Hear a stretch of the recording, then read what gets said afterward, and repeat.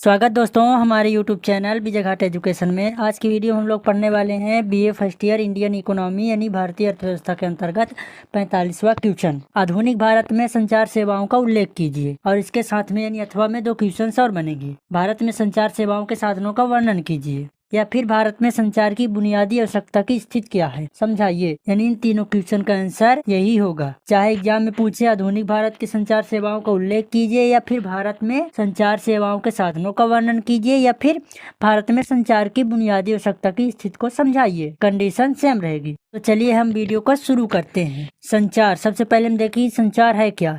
संचार यानी कम्युनिकेशन। संचार गतिशीलता का द्योतक होता है। ये जीवन के किसी भी क्षेत्र में, चाहे वो आर्थिक या राजनीतिक या सामाजिक या वैज्ञानिक या धार्मिक या पर्सनल प्रॉब्लम हो, संचार के बिना सक्रियता नहीं आती है। यानी संचार का अर्थ है जानकारी, विचार, संदेश या भावनाओं का आदान प्रदान। यदि संचार ना हो तो अर्थव्यवस्था आगे नहीं बढ़ सकती, ना ही राजनीति व्यवस्थित रह सकती है, ना समाज संगठित हो सकता है, ना धार्मिक विचार फैल सकते हैं और ना ही विज्ञान का विकास हो सकता है। अर्थात संचार हर क्षेत्र की प्रगति का रीढ़ होता है। उद्योग एवं व्यवसाय में संचार अथवा संप्रेषण के महत्व को प्रबंध का अध्ययन करने वाले सभी लोग जानते हैं। यानी किसी भी उद्योग का व्यापार को चलाने के लिए उत्पादन, वितरण, विपणन और कर्मचारियों का कार्य विभाजन, आदेश देना, सूचनाएं पहुंचाना और ग्राहकों से संपर्क रखना ये जरूरी होता है। ये सभी कार्य संचार के बिना असंभव है। इसलिए प्रबंधन यानी मैनेजमेंट को हम शरीर माने और जो संचार है उसकी नसें होती हैं, नसों की तरह होती है। नेर्वस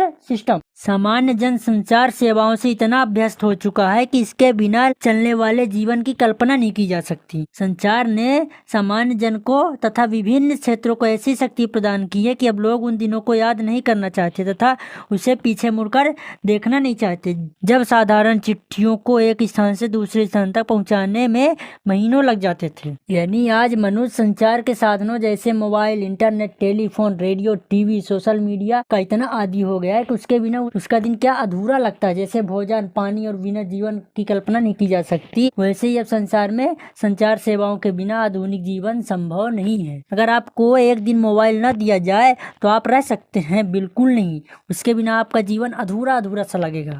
बिना मोबाइल के जीवन एक अधूरा सा रह गया है। यानी संचार के साधन अब हमारी लाइफ में सबसे बड़ा भूमिका निभाते हैं। देश में अब संचार सेवाओं का जाल बिछा हुआ है और इस क्षेत्र में सरकार का अत्यंत महत्वपूर्ण योगदान रहा है। यानी भारत सरकार ने डाकघर, telephone, mobile network, internet, radio, TV प्रसारण और अब डिजिटल सेवाओं का बहुत बड़ा नेटवर्क खड़ा किया है। यह नेटवर्क पूरे देश में एक सूत्र में बांधता है और आर्थिक गतिविधियों को गति देता है। जैसे संचार सेवाओं का सरकारी ढांचा ही व्यापार, शिक्षा एवं स्वास्थ्य प्रशासन सामान्य जीवन के लिए रीढ़ की हड्डी का काम करता है। यानी जो हमारी सरकार है इसमें भी संचार की सेवा में काफी ध्यान दिया है, काफी विकास करने के लिए योगदान दिया है। सरकार ने संचार सेवाओं के लिए भी एक संपन्न एवं सुदृढ़ मूलभूत संरचना तैयार कर ली है। इन सेवाओं के परिणाम एवं गुणवत्ता तथा भौगोलिक विस्तार की दृष्टि से इस प्रकार विकसित किया गया है कि अब निजीकरण एवं निजी क्षेत्र में भी इन सेवाओं के संचालन की बात की जा रही है। इस दिशा में कई महत्वपूर्ण निर्णय भी ले लिए जा चुके हैं। यानी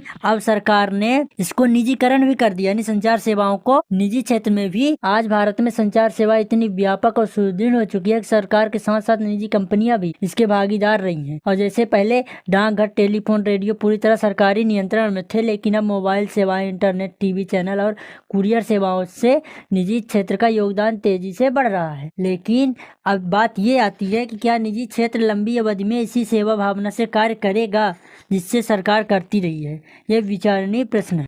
अब हम देखते हैं भारत में संचार सेवा की शुरुआत कब किया गया था। तो भारत में संचार सेवा की शुरुआत जनता के लिए 1837 में प्रारंभ हुई थी। संचार सेवा वर्तमान में निम्न साधन यानी संचार के कौन कौन से साधन हैं। तो पहला हो जाएगा डाकघर, दूसरा है तार, टेलीफोन, सेलुलर फोन और फैक्स, छठवां है ईमेल। यानी जो संचार के 6 साधन हैं इनको हम विस्तार से समझेंगे। सबसे पहला हो जाएगा डाक खाना, पोस्ट ऑफिस। भारत में डाक खाने की शुरुआत 1854 में सिर्फ 700 घरों से हुई थी। आजादी के बाद डाक सेवाओं का बहुत विस्तार हुआ।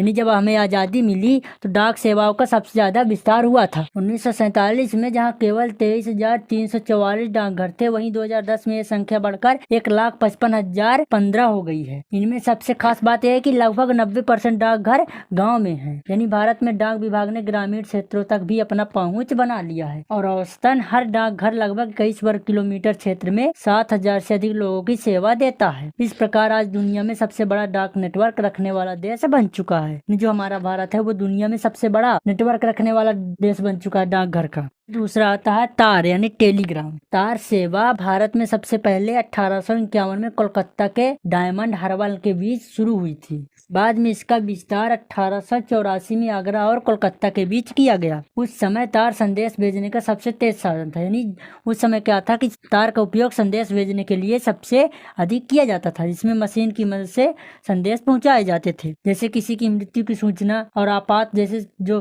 संदेश होते थे उन्हें सबसे पहले दिया जाता था, यानी उनकी प्राथमिकता सबसे पहले थी। तार में जो संदेश भेजा जाता था वो आपके शब्द के अनुसार उसका शुल्क लिया जाता था। लेकिन जैसे जैसे नए साधन आए तो फैक्स, लंबी दूरी के टेलीफोन और ईमेल तार जैसे धीरे धीरे बंद हो गई। फिर आता है दूरसंचार, टेलीकम्युनिकेशन। दूरसंचार क्षेत्र के सेवा प्रदान करने वाले दो विभाग अर्थात दूरसंचार सेवा विभाग तथा दूरसंचार प्रचलन विभाग का नगरीकरण कर लिया गया। अब भारत संचार निगम लिमिटेड BSNL नाम से एक प्रसिद्ध पब्लिक सेक्टर कंपनी 1 अक्टूबर 2000 से दोनों विभागों को सेवा प्रदान करने वाले दोनों क्रियाकलाप अपने हाथ में ले लिए। दिसंबर 2011 में देश में टेलीफोन उपभोक्ताओं की संख्या 926.55 मिलियन थी। इस संबंध में भारत और चीन अमेरिका के बाद तीसरा स्थान है। यानी दूरसंचार सेवा, यानी पहले भारत में दूरसंचार सेवाएं दो सरकारी विभागों द्वारा की जाती थी, दूरसंचार सेवा विभाग और दूरसंचार प्रचलन विभाग। लेकिन 1 अक्टूबर 2000 को इनका विलय कर दिया गया और भारत निगम लिमिटेड BSNL नाम की एक सर्विस सेक्टर की कंपनी बना दी गई, जिसे पूरे देश में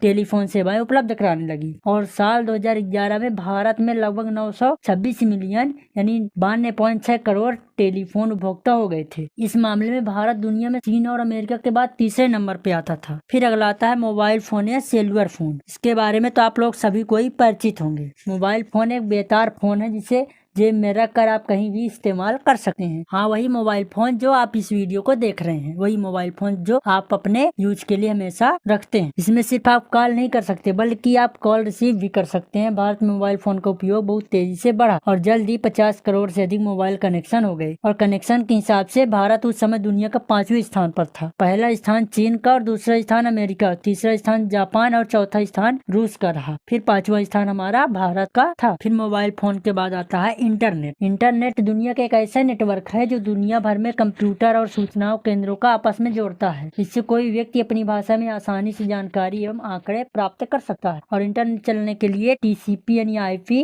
transaction control protocol internet protocol की तकनीक का इस्तेमाल होता है। जिसे इंटरनेट का मतलब होता है इंटरनेशनल नेटवर्क, यानी ऐसा नेटवर्क जो पूरी दुनिया को जोड़ता है। जैसे गूगल्स हो गए, क्रोम हो गया है ना, गूगल क्रोम्स, ये पूरी दुनिया को जोड़ता है, एक इंटरनेट का माध्यम है। भारत में इंटरनेट की शुरुआत 1987-88 में हुई थी, जो 2011 तक भारत में लगभग 1.97 करोड़ इंटरनेट उपभोक्ता और 1.33 करोड़ ब्रॉडबैंड उपयोगकर्ता हो गए थे। दुनिया में सबसे ज्यादा इंटरनेट का उपयोग करने वाला देश अमेरिका, चीन, जापान, जर्मनी और इंग्लैंड थे। तो इस तरह इंटरनेट का विकास हुआ। फिर 6वें नंबर में आता है फैक्स। फैक्स एक प्रकार से लिखित संदेश प्राप्त करने और भेजने का साधन था, इसलिए फैक्स मशीन का इस्तेमाल किया जाता है, टेलीफोन लाइन से जोड़ा जाता था। दस्तावेज भेजने के लिए जैसे फैक्स मशीन में अगर दस्तावेज भेजना है तो मशीन में पेपर डालकर टेलीफोन का नंबर मिलाकर भेज दिया जाता था और उसके कंप्यूटर या मशीन में वो दस्तावेज निकल आती थी। और जो फैक्स का खर्च था वो टेलीफोन कॉल के हिसाब से लिया जाता था। फिर इसके बाद आता है 7वां ईमेल। ईमेल का उपयोग आप सभी लोगों ने किया होगा। ईमेल का मतलब होता है इलेक्ट्रॉनिक मेल यानी इलेक्ट्रॉनिक डाक। यह संदेश भेजने का सबसे तेज और आसान तरीका होता है। पहले कंप्यूटर को टेली लाइन से जोड़ा जाता था और फिर उसे संदेश टाइप करके भेजा जाता था और वह संदेश तुरंत सामने वाले को कंप्यूटर पर पहुंच जाता था और वही पढ़ा जा सकता था। लेकिन आज इंटरनेट के जरिए ईमेल का इस्तेमाल मोबाइल और लैपटॉप से भी किया जा सकता है। यह सेवा पारंपरिक डाक और फैक्स की तुलना में बेहद सस्ती और तेज है। यानी आप किसी को संदेश भेजना हो, डॉक्यूमेंट भेजना हो तो आप ईमेल के जरिए फास्ट और बिना खर्च के भेज सकते हैं, थोड़े बहुत डाटा से भेज सकते हैं। तो दोस्तों, ये थे भारत के संचार सेवाओं के मुख्य साधन। डाक खाना से लेकर ईमेल तक हर साधन ने समय समय पर हमारी जिंदगी को आसान और बेहतर बनाया है। आज की तकनीक के कारण संचार बेहद तेज और सरल हो गया है। तो अगर आपको ये वीडियो अच्छी लगी हो तो हमारे वीडियो को लाइक करें, शेयर करें और हमारे यूट्यूब चैनल विजय घाटा एजुकेशन को सब्सक्राइब करना ना भूलें, ताकि ऐसी वीडियो आपको मिलती रहे। और हाँ, अगर आप लोगों को इस वीडियो का PDF या नोट्स चाहिए तो हमारे इस वीडियो के कमेंट बॉक्स में जाइए, वहाँ वीडियो के PDF या नोट्स का लिंक दिया गया है। वहाँ से आप उस लिंक पर क्लिक करेंगे, PDF या नोट्स प्राप्त किया जा सकता है। तब तक के लिए thanks watching for my video.